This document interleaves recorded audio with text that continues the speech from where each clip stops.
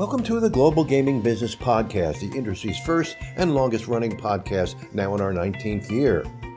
Today's podcast is sponsored by Pavilion Payments, trusted by over 400 land-based casinos and iGaming sites. Maximize your revenue with better funding options through Pavilion Payments' complete suite of integrated solutions. Enhance player experiences with VIP Preferred, offering quick access to cash, flexible deferred settlement options, and the highest industry limits. Learn more at pavilionpayments.com.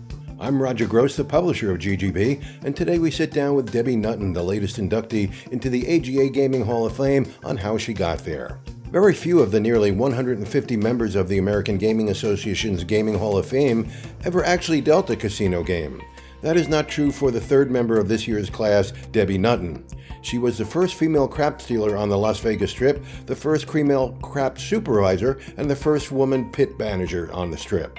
As she moved around to different casinos early in her career, as was the plan in those days, Nutton soon joined the Mirage when it was about to open. She impressed the senior executives so much she was promoted again and again.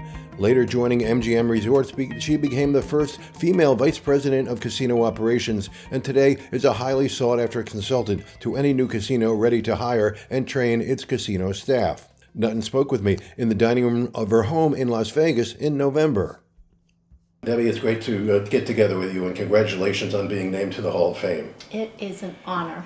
A pleasure to sit with you also. Well, it was so great to see you get up there and join all these great people. I mean, there's so many incredible people on that. It must feel incredible just to be among those type of people. I was shocked and honored. Yeah. And then when I read the list of prior inductees, it's amazing. Right. It's truly amazing. Right. And I'm honored. You and I chatted briefly a minute ago, but I'm honored to be an operator on this beautiful stage, I guess. Well, not just an operator, but somebody who really started, at the bottom.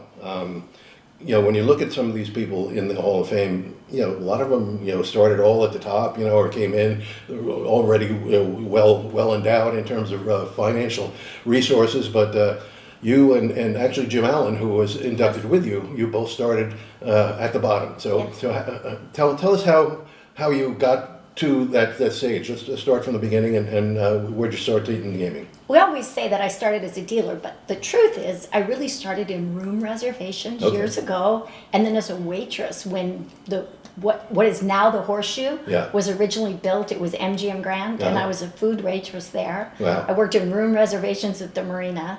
After I graduated college, I entered the gaming industry. It was a time in Las Vegas where women were just really being allowed to deal on the Las Vegas Strip. Right. And I thought, I'm going to give this a try. Mm-hmm. I knew what nursing was like, but I wanted to try gaming. And I decided I wanted to go into the dice pit. Yeah. And I chose the dice pit because I was being told women couldn't deal dice. That's right. So I had to prove that a 5'2" female truly can deal dice. Well, I remember they also had a physical reason that you couldn't deal dice. I mean, I remember people in my class when I was in the dealer class in Atlantic City, women can't deal dice because it'll hurt their insides. But of course that's not true. Yes. I was told the same thing. They said women can't deal dice because bending over the tables will impair your ovaries and you'll never be able to have children. Right. I have a nursing degree and I smart enough to know that I don't know that this could happen. Now times are so different, right? But I had my son in 1986. Now you see women in the gym working out like crazy until the day before birth. So we understand more than we ever did. Yeah, well, I think that was an old wives' tale for sure. Right. So what happened after that? Well, you dealt dice for how many years? I started as a dice dealer, and in those days... In what casino? Well, when I started was the Silver City, which was... that was one of my favorite casinos. It was Circus Casino. In fact, you remember these days, right? In those days, I think it's changed slightly now, but in those days you would wear a white shirt, black pants, you would go in, you would pick up a house phone, you would find the casino manager, and you would ask for an audition. Right. So you have to know that the casino manager would hear a female on the phone asking for an audition in 1979, and sometimes they would come out just to tell you, come on, honey, you can't do this. Who do you think you are? And sometimes they'd give me an audition just so I could be humiliated. But The first or second job I auditioned for was the Silver City. I went home. I was married. I told my husband, I don't think I got the job, but I got it. And I don't know how, because I don't think I passed that audition very well. In those days, you didn't stick around long. You know that. As soon as you were skilled enough to move to a new job. So when I felt like I was skilled enough after 6 whole months, I moved to the First Station Casino. In those days, it was called Bingo Palace. Right. They hired me. Which is now Palace Station. Palace Station. They had never had a female dice dealer. Really? I am so short that I stand on a platform to deal. They didn't have these things called platforms. That's What right. are these platforms? I had to make my own. So the first day I go, they said, you can have one. We just don't have them, so you have to bring them. So the first day I go to work, the doors open, and here I come with this little platform that I handmade with blue shag carpet, and I'm sure the dealers were rolling their eyes thinking, oh, great, now I have to deal with her. I stayed there for 6 months, again, felt like I was ready to go to the Strip, and so I auditioned at the Flamingo Hilton, and I got hired at the Flamingo. I stayed there for a year, went to the Sahara for a very short time, and then I got a job at the Sands. When I went to work at the Sands, it was as a dual rate. So I was box person and dealer. And I really was box person more. The dealers made some serious money. And so I sat box a lot more than I dealt. But that was really my introduction to management. Those men were tough on me. They became some of my best friends, my best mentors. They taught me the business, but they didn't cut me an ounce of slack. So, when did you get your first executive level position? So obviously you went to a pit boss at one point. I did at the Sands. So I used to laugh at the Sands because I became a pit manager at the Sands by when my son was born. So 1986. So I'm 30 years old, and I used to say, people would say, how'd you get a pit so early? I said, I can physically stand, and I can read and write. Like there was things I could do, right? A lot of people, a lot of dealers would never leave dealing because dealing was a very lucrative job in those days. So I took it, and a lot of the people I worked with were much older, and it wasn't the job that they wanted. It wasn't like it paid that much more. But then I was super fortunate because when I worked at the Sands, I would look across the street and I would see this amazing casino being built. And I thought, if I could ever have anything I want to deal at the Mirage. I applied for the Mirage. I had my first interview with a gentleman named Bruce Einhorn. It went great. You can kind of walk out of an interview and feel like it went well. I thought it went really well. I got called for my second interview. In those days, it was Billy Villardo and Kevin DeSanctis. Great interview. I know both of them very well. Loved them both. Sad for Billy, one of the best bosses ever to die so young.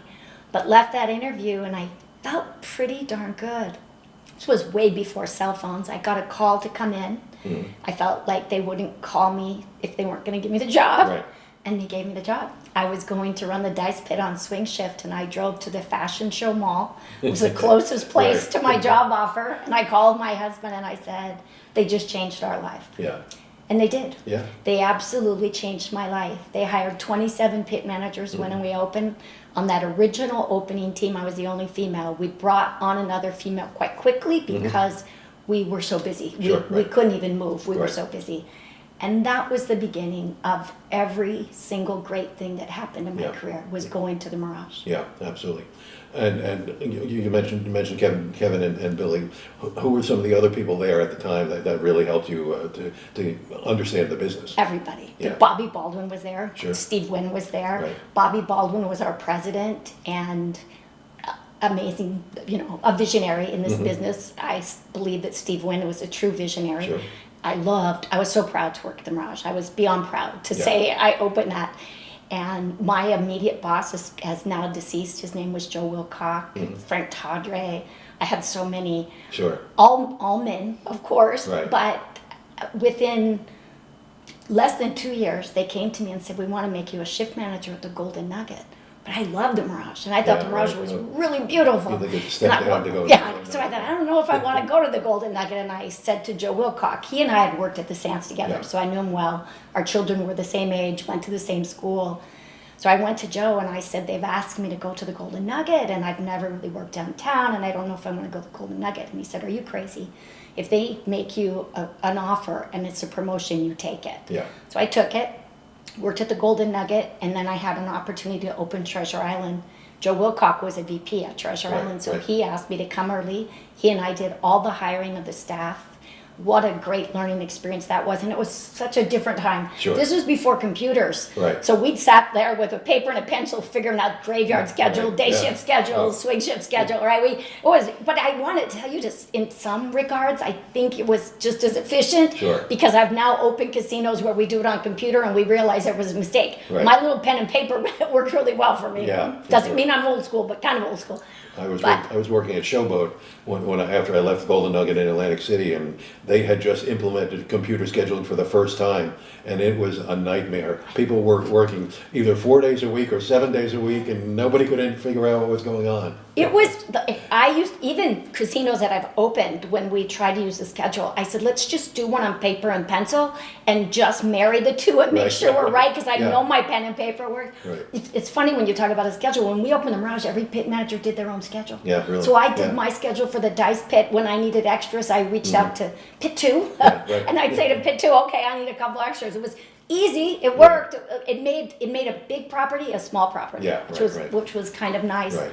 But Treasure Island was phenomenal, and then I had another opportunity when Bellagio opened to go to MGM Grand as a shift manager. I went there not MGM Grand, I'm sorry, Mirage as a shift manager. Right. From the Mirage, I went to the Golden Nugget as a VP. Stayed there. By now, I'm learning to love the Golden Nugget. It's my second turn. Right. And then I remember being called to a meeting one day with my boss at the time, was a gentleman named Bob Sheldon, and he said, there's been a bid for MGM to take over Mirage.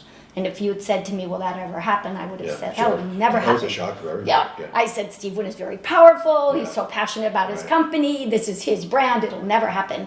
And I think I was first notified on a Thursday, and I think by Monday they said, this is going to happen. Yeah. Okay, this is going to happen. I had worked for Bill Hornbuckle in my Mirage days. Right. He came to Treasure Island for a while, but we were kind of at the same places at the same time. Inside Mirage Resorts. And so after MGM took over, I got a call from MGM Grand, and they said, do you want to come to MGM Grand? I was a little bit afraid, because in the time they'd been open, they'd had 7 casino managers in 7 years. Not that all were terminated, many had been promoted, but the dealers were in the middle of a union election. No dealers in Vegas had ever talked union. And I had a conversation with Bill Bingham, who was at Bellagio at the time, and he said, it's going to be a tough job. Joe Wilcock had that job and had left, and I went and talked to Bill, and he convinced me I could do it. I remember standing before the dealers who thought, oh great, who's this, or who's next, right? Yeah. And I said, I hope you bet the over. I said, because I came to stay. And I was there 12 years. Yeah. It was the greatest group of people I've ever worked for or with, ever. Had a chance to go to Bellagio, and I thought Bellagio's really, the best property inside the MGM portfolio. I took it, but it wasn't the same for me. It didn't feel quite as good. Right. And I always felt like I had these offers to join Steve Wynn at Wynn Resorts, Mark Shore, Maurice Wooden, that troupe at Wynn Resorts. And I thought, you know what, I've been here 24 years, maybe it's time to shake it up. I get comfortable, and I like to stay comfortable. Right. Doesn't hurt to be comfortable, but I thought maybe it's time. I wasn't ever going to work forever. Yeah. I wanted to retire while I could still have some fun. Sure. So I took the job at Wynn, went there as the executive vice president, and loved that. Only stayed full-time for 5 years, and then they let me work as a consultant for 1.5 years on Boston, which was fabulous. Once Boston was up and running, I did the same thing for Resort World in Las Vegas. And now I sit on the board of Every, and I do coaching. I used to do consulting, but I haven't done a lot lately, but I would do some more consulting. Sure. Well, your expertise certainly is in table games, and table games have changed pretty immensely. Is it because of the way the table game people are managed, or is it because of the technology that's in there now? I think it's all of it. I think there's such an understanding of the math.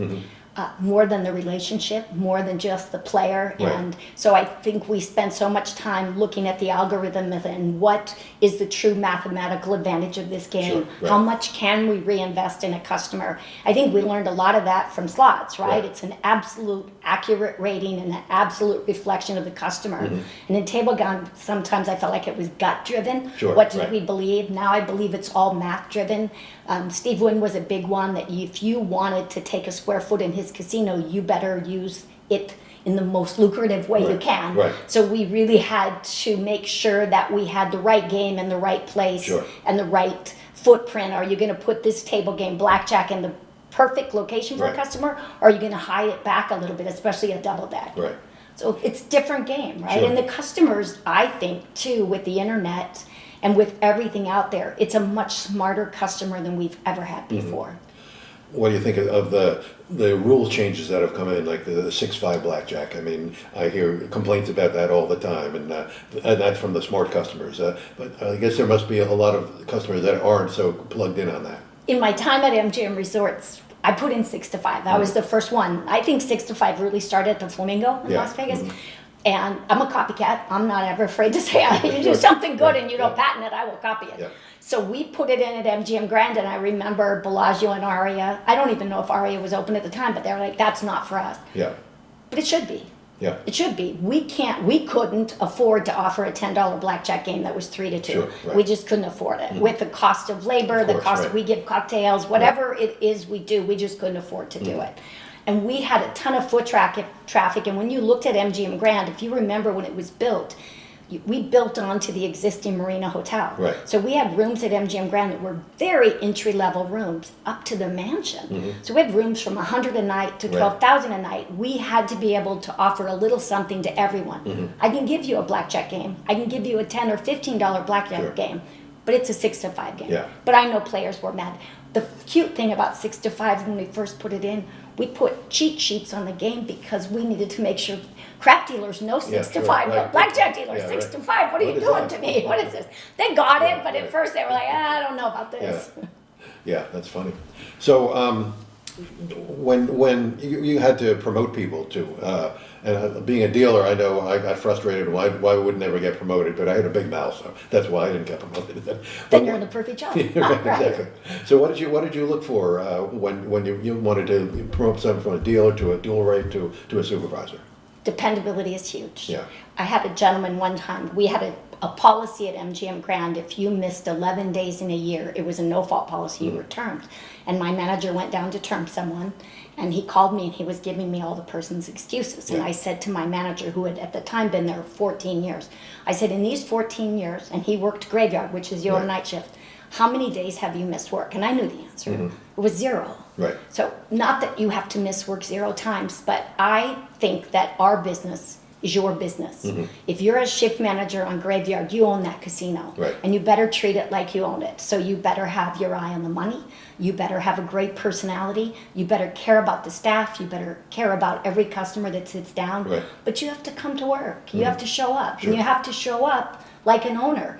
Clean, neat, hair washed, ready to go, never hungover, whatever it is. And then it's the simple stuff, right? Just be good to people. So obviously, there's more than just the physical and mental thing for dealing, but you have to have a customer service attitude too. I mean, I've been at tables where people are losing and they're having a great time because the dealer's so friendly, so inclusive, and other times a nasty dealer will chase everybody away. I mean, how do you kind of train them to get into that customer service, or do they have to have a little bit of that to begin with? I think they have to come in with it. If you remember when MGM Grand opened, there was a story that you had to do a skit, or you had to say if you were a candy bar, what candy. I mean, we can all say it's hokey, but you still have to have some personality. What would drive me crazy when I would walk through the casino, if I saw a dealer on an empty game that was just looking at their fingernails or doing anything not to make eye contact with customers. Our job is to be busy. Our job is to have 6 players in that seat, or 12 players on a craft game, or 16 players. That's our job. Our job is to be busy, we hope, all day long. That's how everybody, dealers make tips. So really, it's an entrepreneurial mindset, but you have to have it.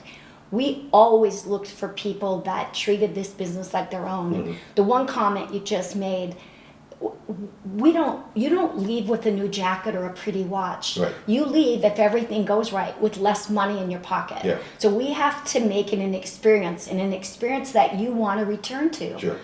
that's a skill. Yeah. That's yeah, a no true question. skill, Yeah. I think, in a dealer. And Yeah. you know the ones that have it. Yeah, no question. Do you do you sometimes not want to make them a supervisor because they're such good dealers? Again, I would always make them Right. a supervisor, but one of my best dealers I still have lunch with, he's now moved to Mission Viejo. He didn't become a dealer. When MGM opened, they put an ad in the paper and they would hire dealers and send them to a school that had never dealt. Some of us, old Sure. dealers, would say, wow, Right. that's interesting. He had been a vice president of a company, but he was bored. He retired at Sure. 65. He was bored out of his mind. Went to work at MGM Grand, one of the best dealers I've ever worked with in my life. So good that I said, I wish you could just do pre-shifts and tell dealers how you make this a Right. great job. Every customer wanted him to deal to him. And he never wanted to do anything other than deal because he could talk and entertain all day long. Right. Yeah. Right. So you mentioned tips. I mean, that's obviously the core of the salary that a dealer makes. Recently, there have been a couple of casinos here in Vegas that are going toward dealers keep their own tips. And I always thought when I was a dealer that if I had been able to keep my own tips, I would have made a fortune because I got a lot of tips, but other people didn't. And of course in New Jersey, everybody had to split it. That was the regulation. But here in Nevada, you can do what you want in each house. So where do you stand on that? Do you think that's a good idea or not? I love it. Yeah. I love it. When the Palms opened, they called and asked my opinion, and I Yeah. said, I love it. Other people that said, oh, you're crazy, you're Yeah. nuts, you're nuts. I do love it. Logistically, is it difficult? It's difficult Right. because you know, there's my friend runs an Sure. India casino in California. If I'm always on a great game that's busy, Sure, a right. blackjack, I might make more tips than someone else. When I started dealing craps, we kept our own tips. Right. We had one day where we only had $25 in our tip box, and we kept our tip box under the table. Right. And I pushed the platform, I stood in, and I knocked it over, and I lost our $25. So I said, well, that day cost me whatever, $6 a man I had to pay out, right? But you can make great money. And I will always be a fan of it. The logistics, I understand, have to work themselves out, but I think you make every dealer a host. Right. But you have to pay attention because when I broke in, other dealers would encourage you to kind of hustle. Right. Don't forget me. Yeah. I hope you like me Right. or whatever, right? Yeah, So and that was I don't like. That was frowned upon for sure. That yeah. I don't like as a manager. I think that they tip if they want to tip, but we don't have to encourage Right, them. right. They know what Yeah, to do. sure, I think so for sure. So you later became the VP of Casino Operations, which put you over slots too. So how did you learn how slots worked, and did you? I guess you really leaned on your director of slot operations. I always did. So the first time I took over slots, it was Mike Gatton, who's now high up in Right. MGM Resorts. Mike has no ego. Yeah. Just a really good guy. There Yeah. was no part of Mike that thought, oh, great, now I have to answer to Debbie. Yeah. He had formerly been answering to Steve Zanella. But he was great and willing to teach me what I didn't know and what I needed to know. Right. But I also trusted him enough that I didn't get in his way when he went to make decisions. Sure. When I went to win, I could bring people that I wanted. There was a person that I'd worked with in my MGM days and respected a lot. And I brought Mike DeYoung to win with me. And I said recently to Mike DeYoung, because I could pick 3 people to be in the video Right. when I got inducted, and I picked Mike. And I said, the reason I pick you, in my entire career, when I've started new jobs, I've never brought anyone new. I Right. always just worked with the team that was there. And most of the time I found the team fine. Different, but fine. Sure. Mike is the only one I ever brought with me. And I think I did it because I needed the help in slots. Yeah. And he was the most gracious person and helped me more than I can. Even to this day, Yeah. I will reach out to Mike when I have some questions and say, will you walk me through this and explain why we do it this way? Yeah. Okay. Great. So you mentioned you see the total value of a player on slots. It's all pretty transparent. Is it that completely that transparent on table games now? It's not as transparent though, because it's still subjective. Right. We still have a supervisor that is watching your play and deciding how long you've played Right. and what your average bet is. To tell you that we nail that every time, and if one supervisor watched you play and another watched you play, I might get 2 different answers, unless all you ever did is bet $100 a hand, Yeah. and you never sat out a hand and you never went to the restroom Right. or did any of that, right? Otherwise, That's a tough one. I spend a lot of time now looking at different technology, whether it's RFID, whether it's camera technology, whatever it is, so that we can get that accuracy in tables that we know we have in slots. Sure. We shouldn't turn our players, I used to say players are vigilantes and they will fight for that rating, but we shouldn't turn them into that. We shouldn't have to come down to it. Yeah. I've been a fan of Walker Digital Games, and I understand in Macau they're insisting on now putting the RFID games in there. Do you think that's going to make a difference? They have them almost on all the mass gaming floors in Macau. When we opened Resort World, we figured we have this opportunity because we're starting from scratch, right? And so we are going to order all brand new chips. You may as well order. It's a little more expensive, but you may as well get RFID.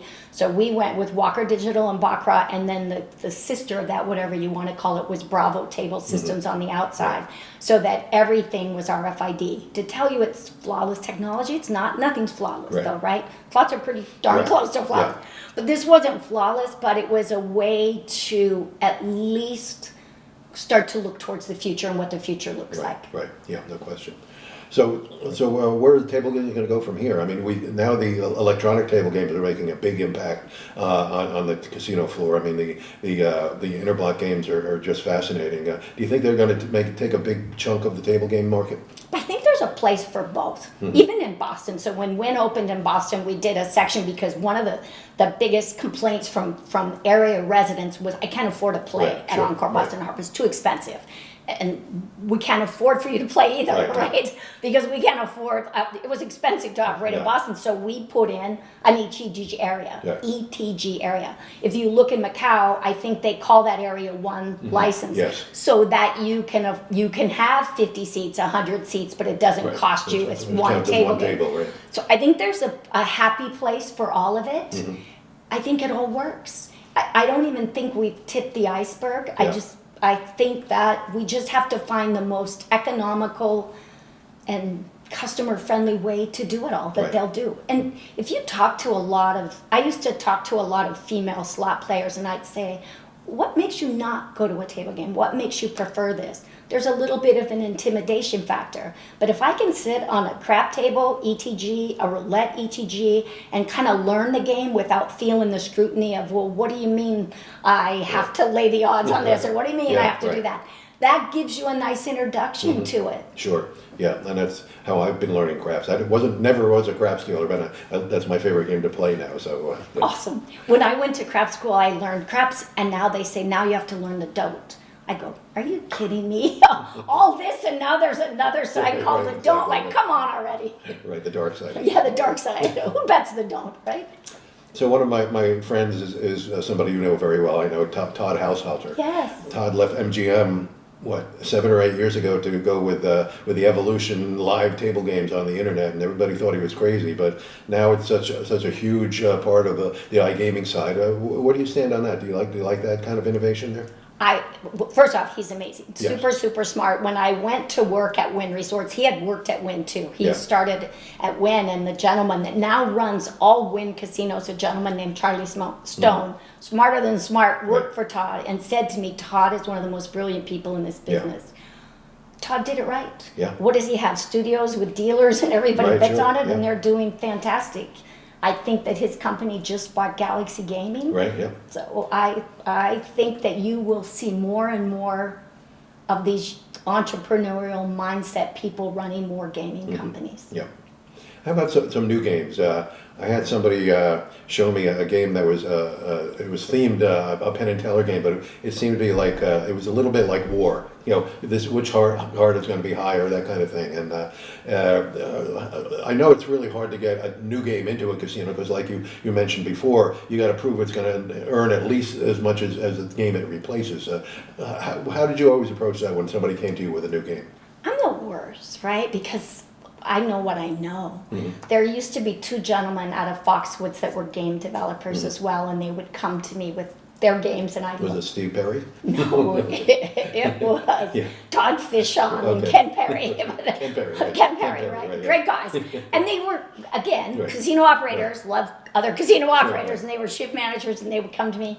I'm pretty sure it was their game, but it was such a stupid name. It was called Dookie for Poker. And I said, I have to take it because it's Dookie for Poker. There was another gentleman, they call him Joe, but his name was Yawawada. He was another game developer. There's certain people I just started to meet and really like, so I would give them more of a chance. I think I wasn't the best one to try new things. I always would say to people, I will jump on a moving train tomorrow, but I'm never going to get on at the stop because I'm not the starter.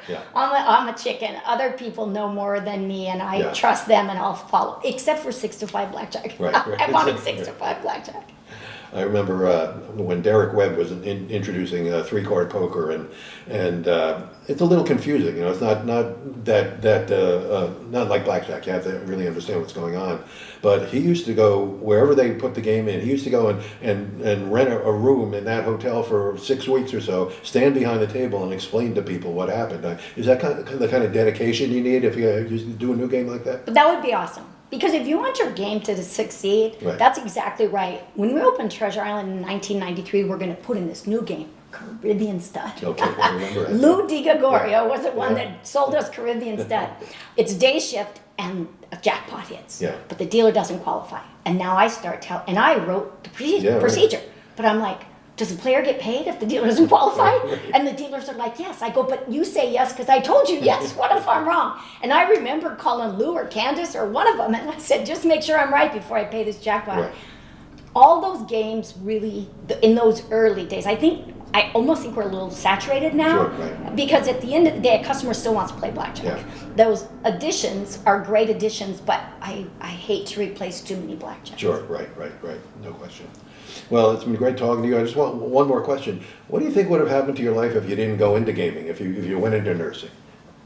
I would have retired much earlier. I think I would have been tired. Nursing's hard. I think COVID would have kicked me out of a job a long time ago. I don't know. So you're glad you chose gaming anyway. Yeah, you can never complain about your life. Absolutely. We all take a path. We don't know the way it's going to go. For me, it worked out great. It worked out fabulous, and then the induction is just icing on a great cake. Yeah, and I'm so glad they chose you, and because it gives hope for anybody else, who started at the bottom, that you can do anything. So I'm glad you're going to be an example of that along with Jim Allen. I hope so. Great. I hope so. Well, thanks, Debbie. Thank you. Thanks for joining us on the GGB podcast, sponsored by Pavilion Payments, the industry's leading cashless payment provider.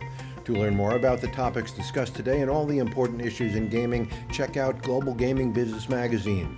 For a free virtual copy of the magazine, subscribe at ggbmagazine.com. To stay current with the weekly news of the gaming industry, subscribe to ggbnews.com. Use the coupon code GGB180 for a free subscription. Don't miss a single episode of the GGB podcast. Subscribe on Amazon, Spotify, and Apple Podcasts today. So we'll see you next time on the GGB podcast.